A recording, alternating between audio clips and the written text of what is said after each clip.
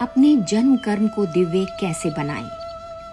29 अप्रैल को पूज्य संत श्री आशाराम जी बापू का अवतरण दिवस है।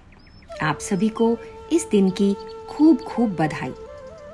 इस पावन पर्व पर जानते हैं जन्म कर्म को दिव्य बनाने का रहस्य पूज्य बापू जी के सत्संग वचनामृत से। मन में दुखी पने का भाव आया, उस समय दुख का जन्म हुआ। सुखी पने का भाव आया तो सुख का जन्म हुआ। मैं बालक हूं भाव आया तो बालकपने का जन्म हुआ। मैं वृद्ध हूं भाव आया तो वृद्धत्व का जन्म हुआ। परंतु मैं तो इन सब को जानने वाला हूं। असंगो ह्ययम पुरुषः। मैं सब परिस्थितियों से असंग, ज्ञान स्वरूप, प्रकाश मात्र, चैतन्य स्वरूप, आनंद स्वरूप हूं। इस प्रकार भगवान अपने स्वतः स्फुरित, स्वतः सिद्ध स्वभाव को जानते हैं।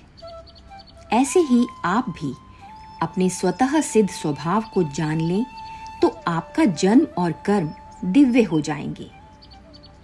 शरीर को मैं मानना और शरीर की अवस्था को मेरी मानना, यह जन्म है। हाथ पैर इंद्रियों से कर्म होता है, उसमें कर्तृत्व मानना कर्म है। कर रहे हैं हाथ पैर और मैं इनको सत्ता देने वाला चैतन्य हूं। इस प्रकार यदि जान लिया तो कर्म और जन्म दिव्य हो जाते हैं। वास्तव में उत्तम साधक तो जानता है कि हाथ पैर काम करते हैं, आंख देखती है, मन सोचता है, बुद्धि निर्णय करती है। इन सब में बदलाहट होती है। देश स्थान विशेष में बदलाहट होती है। अभी हम यहाँ बैठे हैं, थोड़ी देर के बाद और जगह बैठेंगे। अभी 12:51 हुए हैं तो 12:50 भूतकाल हो गया और 12:55 भविष्यकाल में है। काल को भी हमारा ज्ञान स्वभाव देखता है।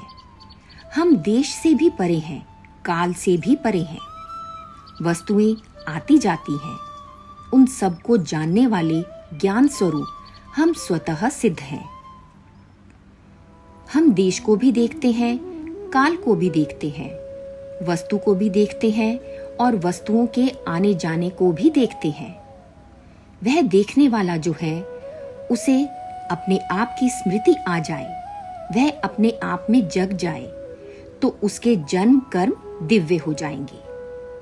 जिसने भगवान और भगवत प्राप्त महापुरुषों के जन्म और कर्म को दिव्य नहीं माना, नहीं जाना, वह अपने जन्म और कर्म को दिव्य कैसे मानेगा, कैसे जानेगा?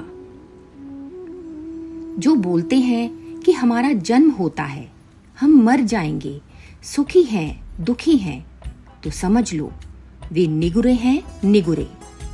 उनको गुरु के ज्ञान का, श्री कृष्ण के ज्ञान का पता ही नहीं।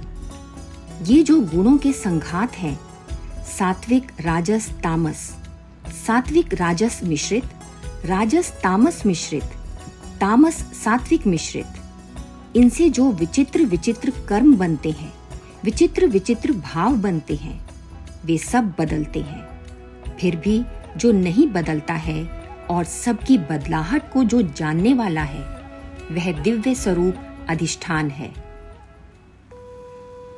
जैसे पानी में तरंगे हुई, बुलबुले हुए, झाग हुए, भंवर हुए, लेकिन पानी ज्यों का त्यों। ऐसे ही मन में स्फुरण हुए, बुद्धि में निर्णय हुए, शरीर में बदलाहट हुई, सुखाकार दुखाकार वृत्तियां हुई। परंतु ये सब वृत्तियां जिस परमात्म सत्ता से जानी जाती हैं, वह मैं आत्मा हूँ। ऐसा जो जान लेता है, वह मरने के बाद नीच या ऊंच योनियों में भटकता नहीं है, भगवान के स्वतः सिद्ध स्वभाव में स्थित हो जाता है। भगवान कहते हैं, जन्म कर्म च में दिव्यम। अर्जुन, जो मेरे जन्म कर्म को दिव्य अर्थात निर्मल और अलौकिक जानता है। लौकिक कर्म वे होते हैं जिनमें फल की वासना हो, कर्तृत्व का भाव हो और देह में अहम हो। परंतु ज्ञानी में कर्तृत्व भाव नहीं है, फलाकांक्षा नहीं है, देहाभिमान नहीं है, तो उनके जन्म और कर्म दिव्य हो जाते हैं।